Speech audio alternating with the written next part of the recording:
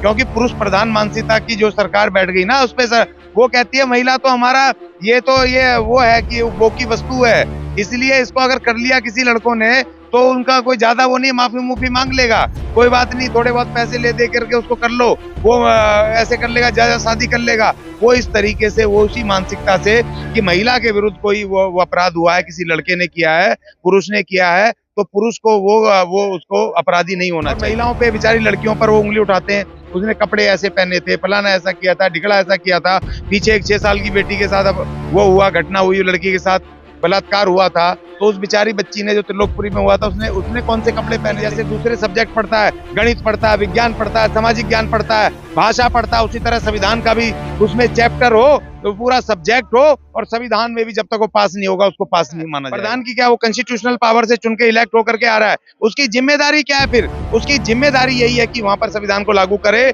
और जो कमजोर से कमजोर है उसको शक्ति दे, उसकी मदद करे, उस तक आर्थिक और सुरक्षा और हर चीज उस तक पहुंचाए, उनका विकास हो। जब उनको पैसा पहुंचता है, आपको पता प्रधान को कितना पैसा मिलता है, लेकिन वो सब खा जाते हैं, नकली नकली रोड दिखा के, वहाँ स्कूल के लिए, डेवलपमेंट के लिए, सब रोजगार के लिए, यहाँ तक कि उसके लिए आता नरेगा के लिए 100 दिन का जो रोजगार है वो मिलता नहीं है। वो लिस्ट तो है, मगर लिस्ट में नकली भरे जा रहे हैं, खाए जा रहे हैं। हमारी आर्थिक व्यवस्था क्यों नहीं मजबूत हो रही है? प्रधान से लेकर के, काउंसलर से लेकर के, विधायक से लेके, और ये आपका ये सांसद और फिर मंत्रियों तक का हजारों करोड़ रुपए हर साल आता है, वो क्यों नहीं जनता तक मिल रहा है, क्यों नहीं पहुंच रहा है? भारत के संविधान में SC ST को विशेष अधिकार है, विशेष फंड है, महिलाओं के विशेष अधिकार है, विशेष फंड है, वर्किंग क्लास के अलग है, और आर्थिक इकोनॉमिक जो कमजोर है उनके लिए अलग से है, राशन की व्यवस्था, सब रोजगार की, और दूसरी स्किल डेवलपमेंट की। वो क्यों नहीं पहुंच रहे हैं? जनता फिर रोज रोज क्यों गरीब क्यों होती जा रही है? क्योंकि इसके जो सिस्टम में इन्होंने संविधान को नहीं पढ़ाया। अगर संविधान को पढ़ाया होता तो हर नागरिक जागरूक होता, गरीब से गरीब बच्चा जब पढ़ लिख के बड़ा होता तो अपने अधिकार जानता, फंडामेंटल जानता, और जो भी अधिकारी बनता उससे UPSC से चुन करके वो उसको पता होता है संविधान में क्या लिखा है। जो नेता बनता, जो मंत्री बनता, जो विधायक बनता, उसको पता होता संविधान में क्या लिखा है। अभी मैं आपको बता रहा हूँ, यहाँ जितने लोग खड़े होंगे 1% लोग को भी ये नहीं पता होगा कि हमारे प्रेम्बल में क्या लिखा हुआ है। जो उनको प्रेम्बल ही नहीं पता, उनको अपने फंडामेंटल राइट ही नहीं पता, तो कैसे आप लड़ोगे? जो एक दुराचारी, एक भ्रष्टाचारी, एक घूसखोर जब अफसर आपके सामने खड़े होकर के, पुरुष प्रधान मानसिकता का अफसर खड़े होकर के जब एक बेचारी गरीब महिला को भगाएगा वहां से, कहेगा तू भाग यहाँ से, क्योंकि दबंग लोग जब रेप करके उनको पैसा पहुंचा देते हैं, पॉलिटिकल कनेक्शन से फोन करवा देते हैं, तो या फिर वो ऊंची जाति के होते हैं तो वो भगा देते हैं उस गरीब महिला को। तो उस महिला को अगर पता हो कि भारत के संविधान में मेरी भी बराबरी है, मुझे भी बराबर का न्याय, आजादी और अपने न्याय पाने का, समानता का अधिकार है। हमारा संविधान ये कहता है कि भले ही 100 गुनहगार छूट जाएं, मगर एक बेगुनाह को सजा नहीं होनी चाहिए। ये जो ट्रायल वगैरह होते हैं ये इसीलिए होते हैं कि दूध का दूध, पानी का पानी। वो किसी बेगुनाह को, हो सकता है किसी गलती में कोई बेगुनाह भी पकड़ा जाए, वो पूरा विवेचना होती है, पूरा कोर्ट अच्छे से एक एक चीज को, वहां पर गवाह, सबूत, सारी, देखो कोर्ट ना तो किसी का दोस्त है, ना भाई है, ना कुछ है, और वहां पे जो जाते हैं ना तो रोना सुनता है, उसके आंख में पट्टी है, वो इसीलिए वो तो ना आपका रोना सुनेगा ना भावना सुनेगा, वो देखेगा वो आपके सामने एविडेंस की। पर 16 दिसंबर 2012 की वो रात आपको याद होगी जब निर्भया कांड को अंजाम दिया गया था और 7 साल लग गए थे दोषियों को सजा मिलने में। तो इसी को लेकर आज जंतर मंतर प्रोटेस्ट है, और मोदी सरकार दावे करती है कि जब से भाजपा की सरकार केंद्र में आई है तब से महिलाएं सुरक्षित महसूस कर रही हैं। तो देखो, ये तो पूरा डाटा है NCRB का कि पूरे देश के अंदर कम से कम 20,000 से ज्यादा FIR दर्ज हुई हैं, और कम से कम 50,000 से ज्यादा FIR दर्ज नहीं हुई है उन महिलाओं को जो SC ST की महिलाएं, कमजोर महिलाएं, आर्थिक रूप से कमजोर हैं, और वो उनकी जो उनके साथ जो घटनाएं होती हैं, वो जब जाती है वहां लोकल पुलिस में, तो लोकल पुलिस उनको और धमका के भगा देती है। अभी उत्तर प्रदेश में घटना हुई थी पीलीभीत के पास, वहां पर बेटी के साथ घटना हुई थी, वो रेप की, और उसके पिताजी और माँ उसके साथ गए, और उसका भाई वहां FIR दर्ज कराने, उल्टा उनको पीट करके उन्हीं को बंद कर दिया। जब हल्ला मचा तब जाकर के उनको छोड़ा। वो कह रहे हैं कि भाई ये जो गुंडे मवाली हैं, क्योंकि पुरुष प्रधान मानसिकता की जो सरकार बैठ गई ना, उस पे वो कहती है महिला तो हमारा ये वो है कि वो की वस्तु है, इसलिए इसको अगर कर लिया किसी लड़कों ने तो उनका कोई ज्यादा वो नहीं, माफी मुफी मांग लेगा, कोई बात नहीं, थोड़े बहुत पैसे ले दे करके उसको कर लो, वो ऐसे कर लेगा, ज्यादा शादी कर लेगा। वो इस तरीके से, वो उसी मानसिकता से कि महिला के विरुद्ध कोई वो अपराध हुआ है, किसी लड़के ने किया है, पुरुष ने किया है, तो पुरुष को वो उसको अपराधी नहीं होना चाहिए। वो कह रहे हैं इस बात को, और महिलाओं पे, बेचारी लड़कियों पर वो उंगली उठाते हैं, उसने कपड़े ऐसे पहने थे, फलाना ऐसा किया था, ढिकड़ा ऐसा किया था, पीछे एक 6 साल की बेटी के साथ अब वो हुआ, घटना हुई, लड़की के साथ बलात्कार हुआ था, तो उस बेचारी बच्ची ने जो त्रिलोकपुरी में हुआ था, उसने उसने कौन से कपड़े पहने थे, उसने ऐसे कौन से अट्रैक्टिव कपड़े पहने थे। तो ये कपड़ा पुरुष मानसिकता की जी, जो जो पुरुष मानसिकता की सरकार अभी जो बैठ गई है, मनुवादी विचार की जो सरकार बैठ गई है, वो कहती तो है 15 अगस्त को, पिछले 15 अगस्त को वहां से कहती है कि हमारी बहन बेटियों के बारे में अच्छी अच्छी बातें, और शाम होते होते वो बिल्किस बानो के जो सजा याफ्ता उसके वो थे, उनको छोड़ देती है, उनको जाओ जी बलात्कार के, और उसके बेटे को मारने वाले जो थे, बच्चे को जो अपराधी थे, उनको छोड़ देती है शाम होते होते ही। तो वो कहते कुछ है, करती है और करने में फर्क है ना। तो इसीलिए वो पुरुष मानसिकता के लोग हैं, मनुवाद लाना चाहते हैं। बाबा साहब का जो संविधान है, जो ये कहता है आर्टिकल 14 कि भैया विधि के समक्ष, कानून के समक्ष तमाम नागरिक बराबर हैं, उसमें ना तो कोई जाति का नाम है, ना कोई धर्म का नाम है, कोई क्षेत्र का नाम नहीं है, कोई जेंडर नहीं है। उसमें साफ लिखा है, एक लाइन में लिखा है कि equality before law, each and every citizen of the country are equal before law. आप क्या मानते हैं जो कॉन्स्टिट्यूशन में चीजें लिखी हुई हैं तो वो लोग फॉलो नहीं करते, क्योंकि जिस तरीके से बिल्किस बानो मामले में देखा, आप क्या मानते हैं कि धर्म धर्म दूसरा होने की वजह से उनको इंसाफ नहीं मिल पाया? बिल्कुल, धर्म की तो ये है ही। दूसरी बात ये है कि जो सरकारें थी 26 जनवरी 1950 को जैसी भारत का संविधान लागू हुआ, जो उस समय की सरकारें थी, उनकी जिम्मेदारी थी कि इस देश के पाठ्यक्रम में, शैक्षणिक व्यवस्था में उसका विशेष एक सब्जेक्ट रखा जाता। वो इतना विशाल वो है, उसका एक अपना सब्जेक्ट होता, और हर नागरिक वो उसको बच्चा जब पढ़ लिख के बड़ा होता तो अपने अधिकार जानता, फंडामेंटल जानता, और जो भी अधिकारी बनता उससे यूपीएससी से चुन करके उसको पता होता है संविधान में क्या लिखा है। जो नेता बनता, जो मंत्री बनता, जो विधायक बनता, उसको पता होता है संविधान में क्या लिखा है। अभी मैं आपको बता रहा हूँ, यहाँ जितने लोग खड़े होंगे, 1% लोग को भी ये नहीं पता होगा कि हमारे प्रेम्बल में क्या लिखा हुआ है।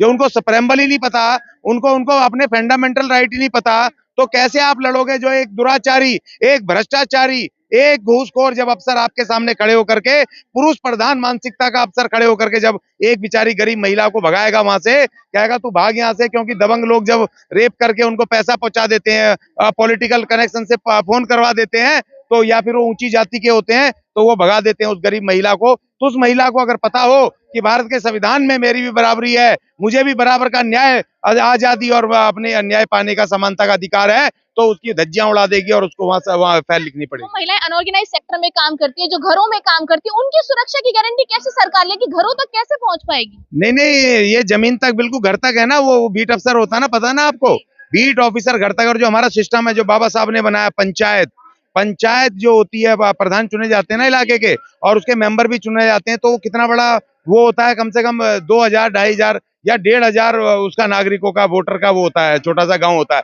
तो क्या उनको नहीं देख सकता है? प्रधान की क्या, वो कॉन्स्टिट्यूशनल पावर से चुन के इलेक्ट होकर के आ रहा है, उसकी जिम्मेदारी क्या है? फिर उसकी जिम्मेदारी यही है कि वहां पर संविधान को लागू करे, और जो कमजोर से कमजोर है उसको शक्ति दे, उसकी मदद करे, उसके उस तक आर्थिक और सुरक्षा और हर चीज उस तक पहुंचाए, उनका विकास हो। जब उनको पैसा पहुंचता है, आपको पता प्रधान को कितना पैसा मिलता है, लेकिन वो सब खा जाते हैं, नकली नकली रोड दिखा के, वहाँ स्कूल के लिए, डेवलपमेंट के लिए, सब रोजगार के लिए, यहाँ तक कि उसके लिए आता नरेगा के लिए 100 दिन का जो रोजगार है वो मिलता नहीं है। वो लिस्ट तो है, मगर लिस्ट में नकली भरे जा रहे हैं, खाए जा रहे हैं। हमारी आर्थिक व्यवस्था क्यों नहीं मजबूत हो रही है? प्रधान से लेकर के, काउंसलर से लेकर के, विधायक से लेके, और ये आपका ये सांसद और फिर मंत्रियों तक का हजारों करोड़ रुपए हर साल आता है, वो क्यों नहीं जनता तक मिल रहा है? क्यों नहीं पहुंच रहा है? भारत के संविधान में SC ST को विशेष अधिकार है, विशेष फंड है, महिलाओं के विशेष अधिकार है, विशेष फंड है, वर्किंग क्लास के अलग है, और आर्थिक इकोनॉमिक जो कमजोर है उनके लिए अलग से है, राशन की व्यवस्था, सब रोजगार की, और दूसरी स्किल डेवलपमेंट की। वो क्यों नहीं पहुंच रहे हैं? जनता फिर रोज रोज क्यों गरीब क्यों होती जा रही है? क्योंकि इसके जो सिस्टम में इन्होंने संविधान को नहीं पढ़ाया। अगर संविधान को पढ़ाया होता तो हर नागरिक जागरूक होता, गरीब से गरीब भी, फिर अपने इनके हलक में हाथ डाल के SDM और कलेक्टर वहां पर सरकार का प्रतिनिधि होता। आप कह रही हो कि कौन वहां तक, घरों तक कैसे पहुंचेंगे? हमारा सिस्टम घरों तक पहुंचा हुआ है। कलेक्टर और वहां पर SDM ये सरकार के डायरेक्ट प्रतिनिधि हैं, जिनके पास सारी योजनाओं का पैसा आता है, सारे वेलफेयर स्कीम आती हैं, ये रोजगार के, सब रोजगार के, वो तमाम चीजें आती हैं। तो वो क्यों नहीं काम कर रहे हैं? क्योंकि वो घूसखोर हैं। उनको पता है कि ये बेचारे, इन लोगों को एक को भी संविधान के, इनके जो फंडामेंटल राइट है, नहीं पता है। तो अगर जब राइट नहीं पता होंगे तो आप लोगे कैसे? कैसे पहुंचाएंगे राइट्स? लोगों को कैसे बताएंगे? जो अनएजुकेटेड वुमेन्स हैं, उन तक कैसे हम राइट्स पहुंचाएं कि आगे से जो है वो अपने हक को पहचान सके? देखिए, इसीलिए हमने संविधान 40 एक कार्यक्रम शुरू किया है। उसमें 40 अनुच्छेद हमने संविधान के जो सीधे डायरेक्ट हर नागरिक के, महिला, आदमी, SC ST, वर्किंग क्लास, सबके, जनरल, सबके उसमें जो अधिकार संविधान में बाबा साहब ने दिए, 40 अनुच्छेद वो सबको जानने चाहिए। हम उनको प्रचार कर रहे हैं, छोटी सी पुस्तक बनाई है हिंदी में, उसको भी बांट रहे हैं हम, जैसे जैसे हमें पैसे मिलते हैं। और दूसरा कि हम वीडियो के माध्यम से प्रचार कर रहे हैं संविधान का, लोगों घर घर बता रहे हैं। और हम सरकार को ये भी कह रहे हैं कि पाठ्यक्रम में शामिल करो, हर हर नीचे नर्सरी लेवल से और ऊपर लेवल तक, जितने भी ग्रेजुएशन लेवल तक उसको लागू करो, और उसका अलग से सब्जेक्ट होना चाहिए। जो आदमी जैसे दूसरे सब्जेक्ट पढ़ता है, गणित पढ़ता है, विज्ञान पढ़ता है, सामाजिक ज्ञान पढ़ता है, भाषा पढ़ता है, उसी तरह संविधान का भी उसमें चैप्टर हो, तो पूरा सब्जेक्ट हो। और संविधान में भी जब तक वो पास नहीं होगा, उसको पास नहीं माना जाएगा, क्योंकि संविधान तो हमारे जीवन से जुड़ा है ना, हमारे अधिकारों से जुड़ा है। हम कमजोर इसीलिए हैं, हम पिट इसलिए रहे हैं, हम आर्थिक रूप से, हम गुंडे मवालियों का इसलिए मुकाबला नहीं कर पाते क्योंकि हमें संविधान का कुछ पता नहीं है। मेरा आखिरी सवाल ये है, निर्भया कांड में जो दोषी थे उन्हें सजा मिलने में 7 साल का समय लग गया, क्या आपको नहीं लगता कि उचित नहीं है समय? नहीं, देखिए, हमारा संविधान ये कहता है कि भले ही 100 गुनहगार छूट जाएं, मगर एक बेगुनाह को सजा नहीं होनी चाहिए। ये जो ट्रायल वगैरह होते हैं, ये इसीलिए होते हैं कि दूध का दूध, पानी का पानी। वो किसी बेगुनाह को, हो सकता है किसी गलती में कोई बेगुनाह भी पकड़ा जाए, वो पूरा विवेचना होती है, पूरा कोर्ट अच्छे से एक एक चीज को, वहां पर गवाह, सबूत, सारी, देखो कोर्ट ना तो किसी का दोस्त है, ना भाई है, ना कुछ है।